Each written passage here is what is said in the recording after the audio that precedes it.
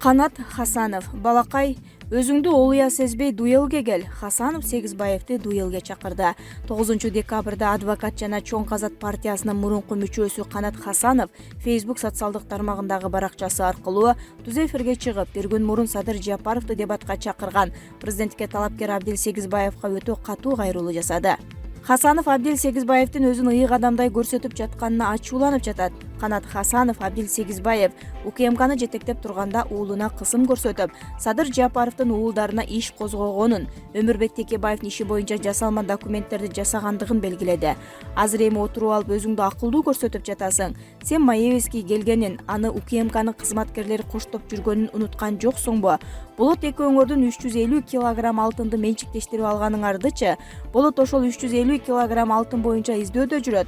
Ал жакта башында адвокат мен болчумун.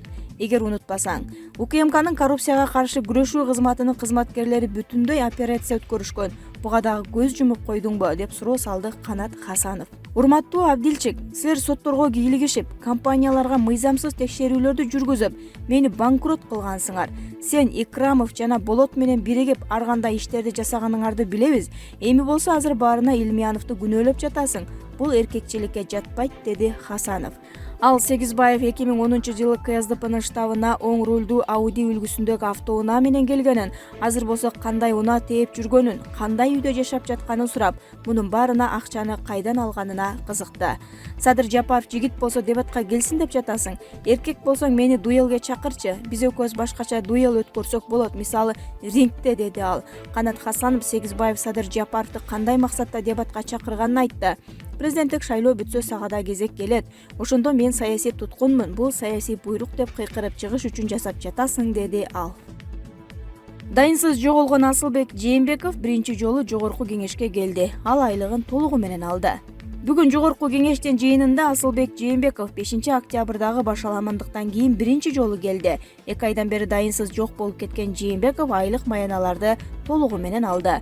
Жөнөкөй жаран жумушка 2 ай эмес, 2 күн ишке келбесе дароо айдалат эмеспи? Буларга баары боло берет, баары уруксат. Уурдасаң койсоң өзүң бил, эч кимге эч качан эч нерсе дебейт. Ошондуктан булар акчаларын чачып депутат болгонго шашат тура. Ал бүгүнкү сессияда аз гана убакыт олтуруп, референдумга каршы эмесмин деп эрте эле кетип калды. Кыязы атайлап чакырылса керек да, ар бир добуш маанилүү деп. Ушундай кнопканы басып отуруп, элдин үстүнөн жашаган депутаттардын эмне кереги бар кыргыз элине? Баарынан жогу жакшы деп жазат Лайк KG. Бакай Кашкарбаев: дөп арас Абдил Сегизбаев, сен үйүңө барабыз, шашпа. Бул тууралуу Садыр Жапаровдун активдүү колдоочуларынын бири Бакай Кашкарбаев билдирди. Ал УКМКнын мурдагы төрагасы Абдил Сегизбаевдин Азаттык үн алгысына берген маегине жооп берип жатып, аны коррупциялык иштерге айыптаган. Абдил Сегизбаев: ана тантык, сен турбайсыңбы? Атамбаевдин тушунда ичип жеп эле отурбадың беле?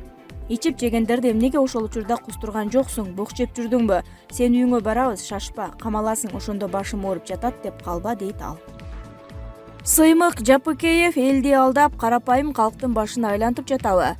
Экономикалык кылмыштарга каршы күрөш боюнча мамлекеттик кызматы буга чейин мурдагы биринчи вице-премьер-министр Тайырбек Сарпашевдин 500 гектардан ашык жерин мамлекетке кайтарганын кабарлаган.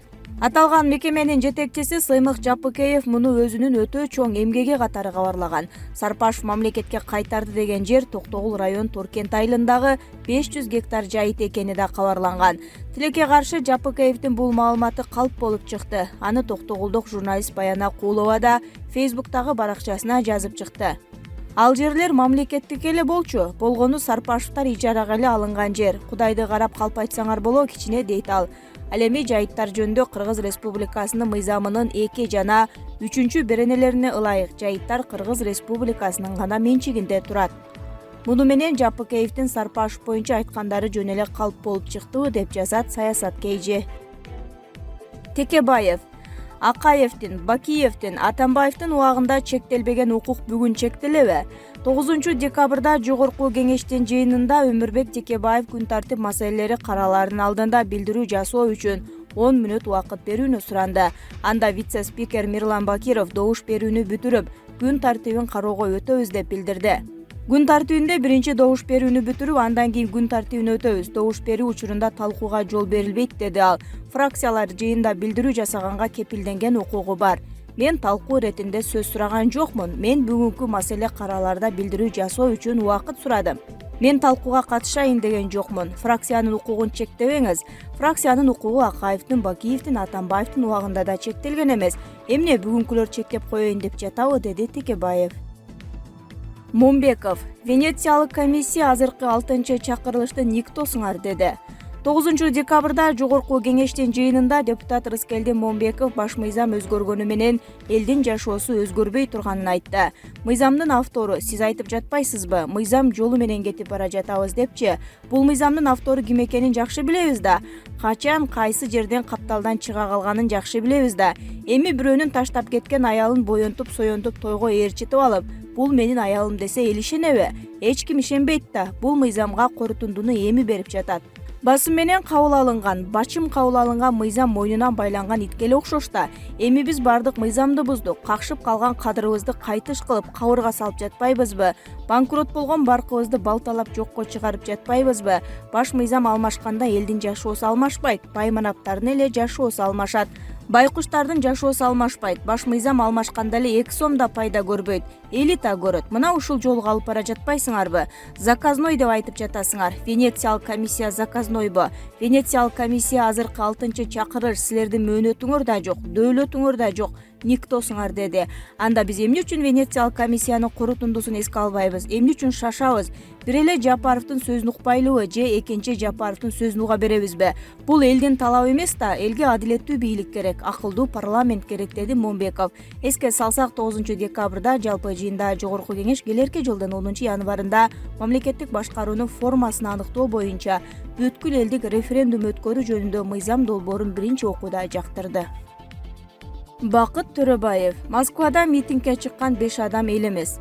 Жогорку кеңештин депутаты Бакыт Төрөбаев 7 декабрь күнү Москвада мамлекеттик думанын алдында акцияга чыккан кыргызстандыктарды эл эмес деп атады. Өмүрбек Текебаев жазган Конституцияда так жазылып турат. Жаңы парламент келгенче биздин ыйгарым укуктарыбыз күчүндө. Ошон үчүн эч кандай моюн бербегиле.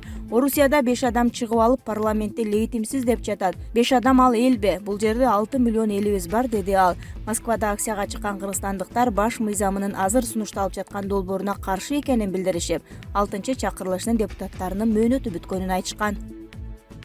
УКМК уктабай штабтарды текшергиле. Тойчубековдон кийин Бакиев, Үсөнов, Шадиев, Шаиковаларда табасыңар. Каржы рыногун көзөмөлдөө агенттигинин экс-жетекчиси Руслан Тойчубеков президенттикке талапкер Садыр Жапаровдун Бишкектеги офисинде жүргөнү белгилүү болду. Муну тастыктаган сүрөттү Мегаком компаниясынын жетекчисине жакында эле кеңешчи болгон Жапаровдун активдүү колдоочусу Төрехан Жунусбаев Facebook'тагы баракчасына жарыялады. Мына кызык, кокуйлап коррупционерди каяктан издеп жаттыңар эле? Ал Эргул жаныңарда эле жашынбай этпей эле жаркырап жүрүптүр го.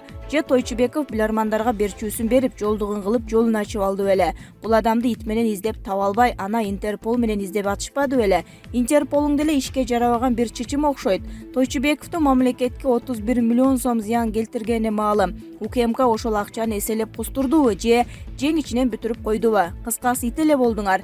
Дагы жаныңарда айлана тегереңерди жакшылап карап көргүлөчү. Балким Акаев, Бакиев, Данияр Үсөнов, кечээ катышкан Аскар Шадыев, Алина Шаикова, Бусурманкул Табалдиев, Алыбек Ибраимов, Нурлан Сулайманов жана башка деле штабтарда жүрбөсүн. Кыскасы штабтарды тыкыр текшергиле. Дала Эргулдарды ошол жерден кездештиресиңер. Эске салсак, Тойчубеков коррупция кызмат абалынан кыянаттык менен пайдалануу беренелери боюнча шектелип, ага Интерпол аркылуу издөө жарыяланган. Булак Багыт Кейже. БШКга Садыр Жапаровду каттоодон өткөрбөө талабын коюшту. 9 декабрда бир топ саясатчылар жана президенттикке талапкерлер Садыр Жапаровдун кезексиз президенттик шайлоого катышуусу жөнүндө билдирүү жасашты. Адахан Мадумаров, Канат Исаев, Мамбет Жунус Абылов, Ишенбай Кадырбеков жана Бектур Асановдун айтымдарында Жапаров Кыргыз Республикасынын президентинин милдетин аткаруучу болгон жана бул президенттик шайлоого катыша албайт.